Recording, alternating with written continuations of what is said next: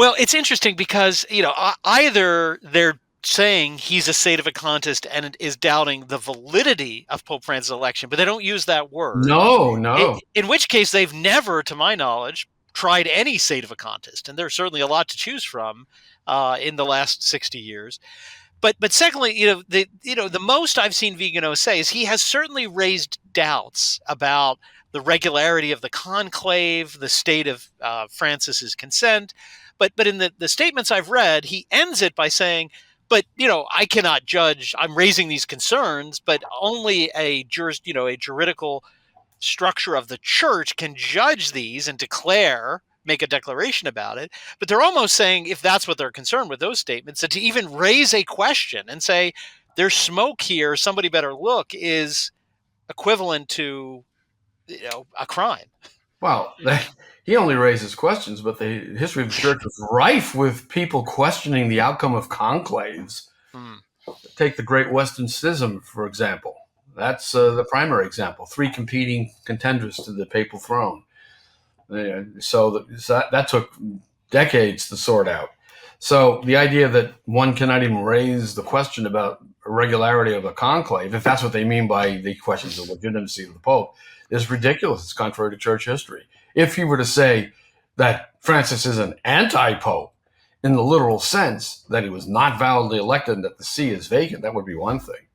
But see, I don't actually think that would even be schism, right? Because again, schism is I deny the Pope has any authority and I don't follow him. The identity of the person holding it, again, I'm not a sedevacantist, I'm not saying it's right, but even if he were, is not denying the authority of the Roman pontiff. It's just saying, I don't think this guy is it, which is a factual question. Well, hasn't Vigano said something along the lines of, I refuse communion with this counterfeit church? Again, he has said things like that, which are not legal terms. I mean, think they're rhetorical flourishes. I mean, much like Marcel Lefebvre said, we do not have communion with neo-modernist Rome. I mean, he didn't mean literally out of communion with them. It was a rhetorical way of saying, I'm not going along with their error. I think a stronger case could be made that Francis is in schism. I'm only half facetious. Yeah. Theological writers have discussed the hypothesis of a schismatic pope who would seek to destroy the church as something that could actually happen. And then there's theological speculation about what would happen if such a pope came along. Would there have to be some sort of imperfect council to declare that this pope is a schismatic and we must not have communion with him? I'm not saying that's the case here, but it's certainly within the realm of theological speculation that a pope could be in schism from the church. So, what is Vigano talking about? He's talking about this idea that with the Second Vatican Council, somehow, in some way they never explain, different articles of faith emerged to which we must somehow profess our adherence, not only the submission of mind and will, but some sort of religious adherence to the Second Vatican Council as event. But what it is about that event we have to accept that differs from what Catholics always believe, they never tell us. Well, you're right.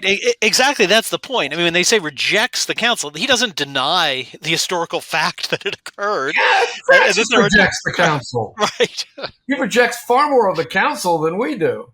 For example, he certainly rejects the idea, as we read in the council documents, that the Pharisees pressed for the death of Christ. Yes. It's in Nostra Aetate. That they pressed for the death, the leadership of the Jewish people in occupied Palestine at that time, pressed for the death of Christ. They are responsible for it. He would not have died if not for that. He would reject that. He would reject also the correct interpretation of the term subsisted,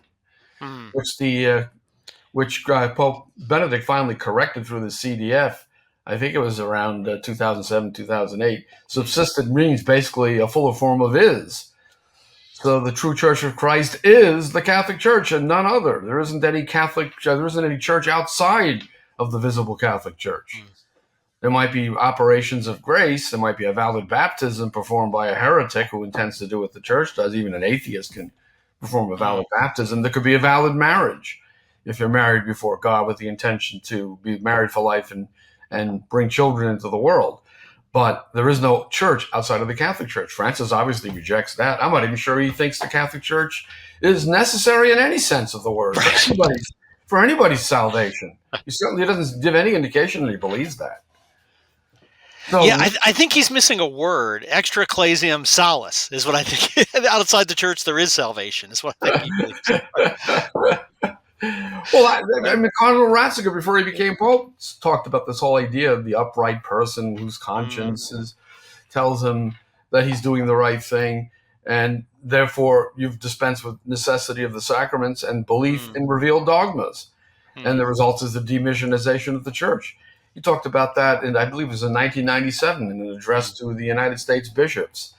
And he said, this is a terrible doctrine. It basically says that faith is a burden imposed on people who are in good conscience.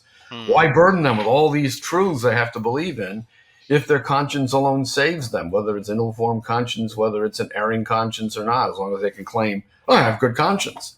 And this seems to be what Francis is promoting. I hadn't seen the slightest indication throughout the 13 years of this pontificate that he thinks that in any sense one needs to be a Catholic in order to be saved, to profess the Catholic faith in order to be saved, to have access to the 7 sacraments in order to be saved. For him, it seems the church is just another participant in the New World Order. Well, actually, as Vigano has said himself in one of his writings, the church has just become a bureau or an office of the deep state.